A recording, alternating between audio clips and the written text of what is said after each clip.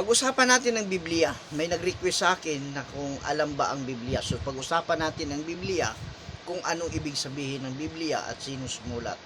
So maibigay ko sa inyo ng mga sandaling minuto at inyong panoorin. Ano ba ang Biblia? Ang Biblia ay mula sa salitang Griego ay Biblos o Biblion, na ang ibig sabihin ng aklat na itinipon o kasulatan ng Biblia ay kinikilala sagradong aklat na banal na mula sa Diyos ng kalipunan. Nang mananamba ng Diyos, ang Biblia ay pinakamataas na antas ng pagtuturo pagdating sa kaalaman tungkol sa Diyos, pananampalataya, kaligtasan, kaluluwa at anyo ng pamumuhay na dapat tanggapin at sundin ng lahat. Lahat ng tao ay dapat sumunod. Walang katuruan na higit kulang sa aral ng Biblia, hindi dapat bawasan o dagdagan man, sapagkat ito ay may parusa sa mga gagawa.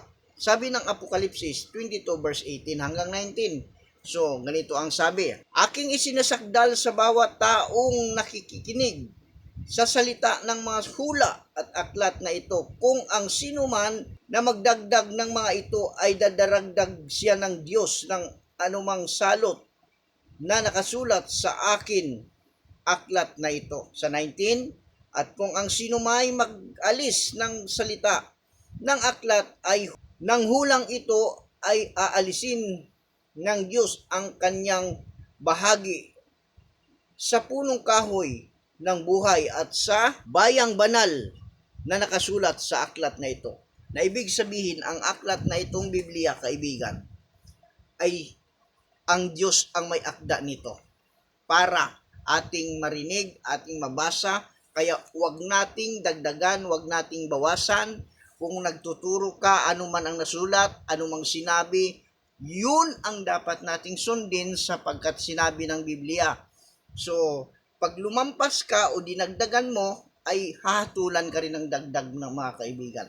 So dapat, kung sino si Kristo, siya may tao-tao siya. Kung sino si Kristo sinabing Diyos, Diyos din siya.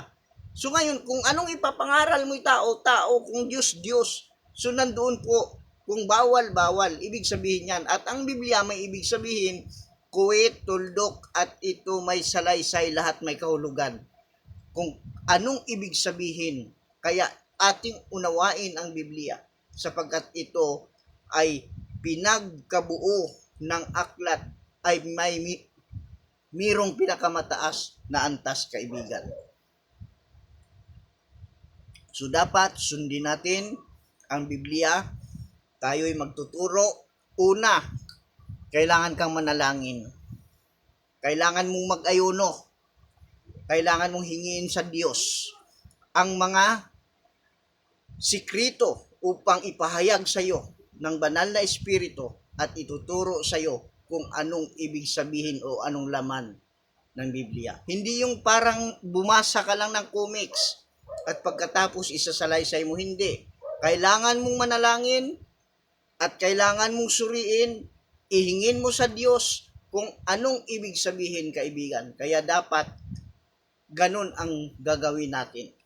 Hindi basta-basta ang Biblia. Kaya pag nagpaliwanag tayo, kailangan suriin natin kung anong ibig sabihin. Huwag kang magbigkas kaagad na ibig sabihin. Binibigkas mo ngayon tapos may pagkukulang pala. Huwag tayong magturo ng nanunubra sa pananalita sapagkat may hatol na sobra din, kaibigan.